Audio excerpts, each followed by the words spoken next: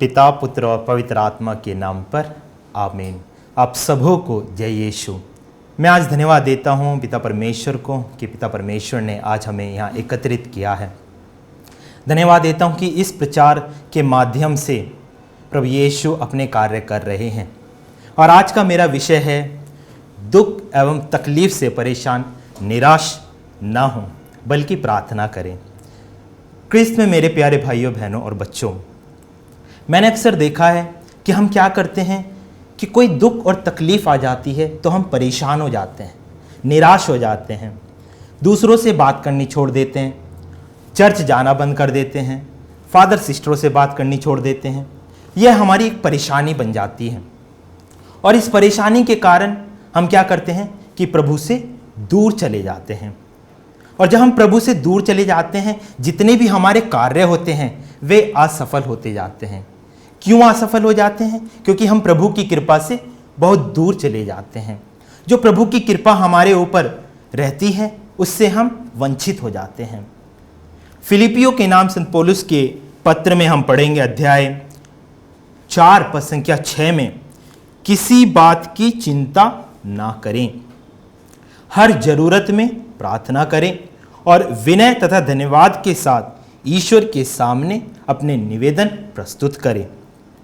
किसी भी बात की चिंता ना करें। संत पौलुस हमें बताते हैं कि किसी भी बात की चिंता ना करें। हम देखते हैं कि संत पौलुस के जीवन में हम देखते हैं कि संत पौल किस प्रकार वे जो यीशु के साथ चलते थे उनको सताते थे, प्रताड़ित करते थे। लेकिन संत पौल प्रभु यीशु के दर्शन पाने के बाद वे प्रभु यीशु के प्रचार कार्य में लग जाते हैं और वे कहते हैं कि किसी भी बात की चिंता ना करें, हर ज़रूरत में प्रार्थना करें। और यह प्रार्थना हमारी एक ढाल है, प्रार्थना हमारा एक कवच है। जब हम प्रार्थना करते हैं तो हम प्रभु से जुड़ते हैं। मैं एक परिवार को जानता हूँ और इस परिवार में एक बूढ़ी माँ, वह बीमार हो जाती है और वह बूढ़ी माँ लगभग 70 या 80 साल की हैं। और वे जब बीमार हो जाती हैं तो उनके जो बेटे हैं और उनकी जो बहू हैं उनको परेशानियां आ जाती हैं। वे अपनी माँ को अस्पताल में भर्ती करते हैं, एक अच्छे अस्पताल में भर्ती करते हैं। वे परेशान हो जाते हैं। लेकिन मैं देखता हूँ कि उनके रिश्तेदार उनको कहते हैं कि अब तो ये जो बूढ़ी अवस्था में हो चली हैं, इनको सरकारी अस्पताल में आप भर्ती करा दीजिए। लेकिन वे कहते हैं कि मेरा विश्वास है कि मैं अपनी माँ को एक अच्छे अस्पताल में रखूँगा। यह मेरा एक विश्वास है कि प्रभु यीशु उनको चंगा करेंगे। और जब उनकी माँ चंगी हो जाती हैं वो प्रभु यीशु को धन्यवाद देते हैं। और जो उनके रिश्तेदार उनको बोलते हैं कि आप सरकारी अस्पताल में उन्हें भर्ती करा दीजिए, ये तो कुछ चंद की मेहमान हैं। लेकिन उनका जो विश्वास प्रभु यीशु में है वह यह जताता है कि प्रभु उनको आशीष प्रदान करते हैं। उसी प्रकार जब वे मुझे बता रहे थे तो मुझे उनसे विश्वास मिला। जब हमारा विश्वास हम किसी को बताते हैं तो वह हमारा विश्वास बढ़ता है। और यह विश्वास तभी बढ़ता है जब हम विश्वास करते हैं प्रार्थना के द्वारा। यदि हमारे मन में, हमारे दिल में दूसरों के प्रति आदर सम्मान नहीं रहता तो हम प्रार्थना में भी बहुत दूर चले जाते हैं। यह प्रार्थना एक हमें प्रभु यीशु के साथ नहीं बल्कि दूसरों के साथ भी जोड़ती है। दूसरों के साथ किस प्रकार जोड़ती है? जब हम प्रार्थना करते हैं दूसरों के साथ इसलिए जोड़ती है कि हम दूसरों का सम्मान करें, आदर करें और उनको प्रभु यीशु की ओर खींचे। उदाहरण के लिए हम ले लेते हैं कि जब हम कहीं जाते हैं, हम किसी कार्य के लिए जाते हैं, जब हम किसी कार्य के लिए जाते हैं तो कोई व्यक्ति परेशान है, बीमार है, नाराज है, तो हम उसे कहते हैं कि भाई और बहन मैं आपके लिए प्रार्थना करूँगा या करूँगी। तो वह कितने खुश हो जाते हैं जब हम उनकी बातों को सुनते हैं और वे हमसे कहते हैं कि धन्यवाद, थैंक यू, आप मेरे लिए और हम सबके लिए प्रार्थना करेंगे। तो ये हमारे छोटे छोटे कार्य हैं। यह हमारे एक कलीसिया में एक बपतिस्मा धारी जो कहलाते हैं वे एक कार्य है दूसरों के लिए प्रार्थना करना। जब हम दूसरों के लिए प्रार्थना करते हैं तो हम सारी परेशानियों से, सारी कठिनाइयों से हम दूर चले जाते हैं और प्रभु यीशु से जुड़ जाते हैं। जो असफलता की सीढ़ी है, हम सफलता की ओर बढ़ते चले जाते हैं। हम सुनते हैं लाजरुस की कहानी संत यूहन्ना के सुसमाचार अध्याय 11 में, जब हम जानते हैं कि यीशु मसीह, लाजरुस, मरियम और मार्था वह चारों दोस्त थे, घनिष्ठ मित्र थे। और जब लाजरुस मर जाते हैं तो मार्था का विश्वास क्या होता है कि वह कहती है कि यदि प्रभु यहाँ होते तो मेरे भाई नहीं मरते। उनका इतना विश्वास रहता है। और जब यीशु मसीह वहाँ पे आते हैं तो लोग उनको कहते हैं कि ये इन्होंने अंधों को आंखें दी, क्या ये लाजरुस को नहीं जिला सकता? तो इसलिए प्रभु यीशु को उंगली दिखाकर बोलते हैं कि क्या ये लाजरुस को जिलाएगा? लेकिन प्रभु यीशु शांत रहते हैं, बल्कि अपने मित्र की मृत्यु पर वे क्या करते हैं? विलाप करते हैं। और उनको इतना विश्वास रहता है, प्रभु यीशु जानते हैं कि मैं उसको चंगा कर दूंगा। और हम देखते हैं प्रभु यीशु कहते हैं कब्र पर से पत्थर हटा दो, और वे कहते हैं लाजरुस बाहर आ जा। और लाजरुस बाहर आ जाता है और सब लोग अचंभे में पड़ जाते हैं। सब लोग अचंभे में पड़ जाते हैं। क्यों? क्योंकि ये उनके प्रति अद्भुत कार्य होता है कि कैसे ये मृत्यु में से लोगों को जिला सकता है। और यही यीशु के कार्य थे, यही यीशु के कार्य प्रभु यीशु हमें सौंपते हैं। प्रभु यीशु कहते हैं जहां मेरे नाम पर 2 या 3 इकट्ठे होते हैं, मैं उनके बीच उपस्थित होता हूं। यदि हम विश्वास नहीं करते तो प्रभु हमारे बीच उपस्थित नहीं होते हैं। और हम बपतिस्मा धारी प्रभु यीशु के हर एक कार्य करने के लिए बुलाए गए हैं, क्योंकि जब हम बपतिस्मा ग्रहण करते हैं तो हम क्या बन जाते हैं? हम एक राजा बन जाते हैं, हम एक नबी बन जाते हैं, हम एक पुरोहित बन जाते हैं। और ये तीनों कार्य एक प्रभु यीशु के कार्य होते हैं। हम एक नबी का कार्य करते हैं, हम प्रचार कार्य करते हैं। हम केवल सीमित रहते हैं किस तक? फादर और सिस्टर तक। फादर सिस्टर केवल हमारे क्या है? अगुवाई करते हैं। वे केवल हमारी अगुवाई करते हैं, बल्कि हम भी उन्हीं के जैसे हैं। हम भी प्रचार कार्य करने के लिए बुलाए गए हैं।